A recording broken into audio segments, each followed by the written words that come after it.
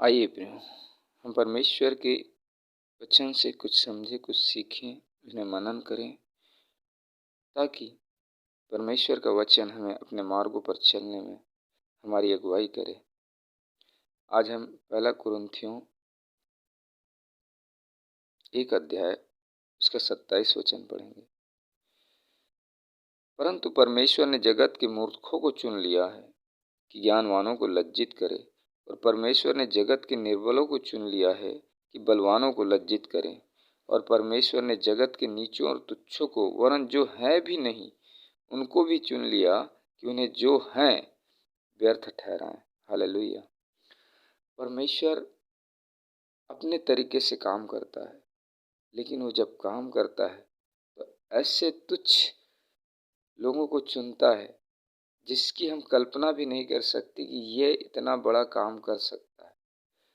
परमेश्वर अति महान है। हमारा परमेश्वर सामर्थी सर्वशक्तिमान है। वो जो चाहे वो कर सकता है। परमेश्वर के लिए कोई भी काम असंभव नहीं।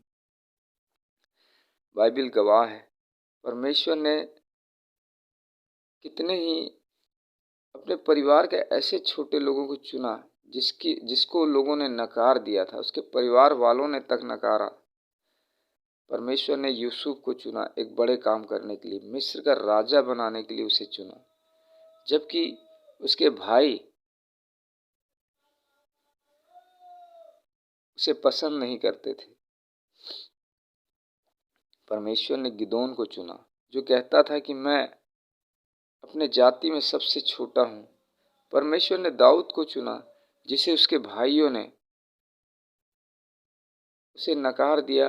उससे कहते थे कि तू घर में किसी चीज के लायक नहीं। उसे सिर्फ भेड़ों का चरवाहा बनाकर रखा था। लेकिन परमेश्वर जिन्हें इंसान नकार देता है उन्हें परमेश्वर बनाता है। जिन्हें इंसान मनुष्य सोचता है कि ये मूर्ख है, ये कोई काम का नहीं, लेकिन परमेश्वर उसी से काम लेता है। हाँ मेरे प्रियो, हम एक उस नोट की तरह हैं जिसका मूल्य सिर्फ परमेश्वर जानता है। एक नोट जो नाली में गिर जाता है तो उसे उठाने के लिए एक इंसान सोचेगा कि इसे धोना पड़ेगा, फिर इसे साफ करना पड़ेगा, तब ये चलेगा। लेकिन परमेश्वर उस छोटे से 2 रुपए के नोट की भी कीमत करता है। उसी तरह परमेश्वर है। हाँ मेरे प्रियो, हम तो एक बार मनुष्य को नकार देंगे, लेकिन वो परमेश्वर मनुष्य का मन जांचता है, मनुष्य का हृदय देखता है, और उन्हीं लोगों को चुनता है जो आत्मा और मन की सच्चाई से परमेश्वर को पुकारते हैं। हाँ मेरे प्रियो, उसने जब हमें चुना है, अपने राज्य में बुलाया है, तो हम भी परमेश्वर के लिए चुने हुओं की तरह सिद्ध बने। जैसे पौलुस को परमेश्वर ने चुना, जो उसकी ही कलीसिया को सताता था। जैसे पतरस को चुना उसने,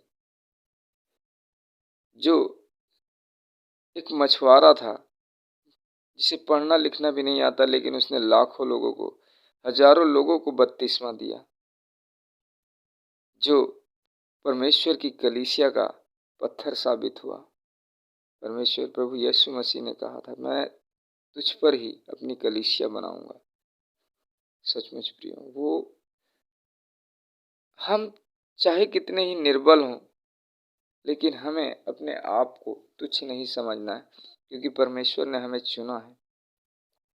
चाहे आज आप उस शैतान से नहीं लड़ पा रहे हो, चाहे आज आप अपने आप को निर्बल महसूस कर रहे हो, लेकिन कभी भी आप ये ना समझना कि प्रभु आपको ऐसे ही छोड़ देगा, क्योंकि परमेश्वर पिसे हुए मन वालों के करीब रहता है। प्रभु दुखी लोगों को अपने मन के करीब, अपने हृदय के करीब रखता है, और परमेश्वर सदा उस स्वर्ग से उस दुखे हुए की कराहना को सुनता है। प्रभु की आंखें सर्वदा उस टूटे हुए मन वाले की ओर लगी रहती है।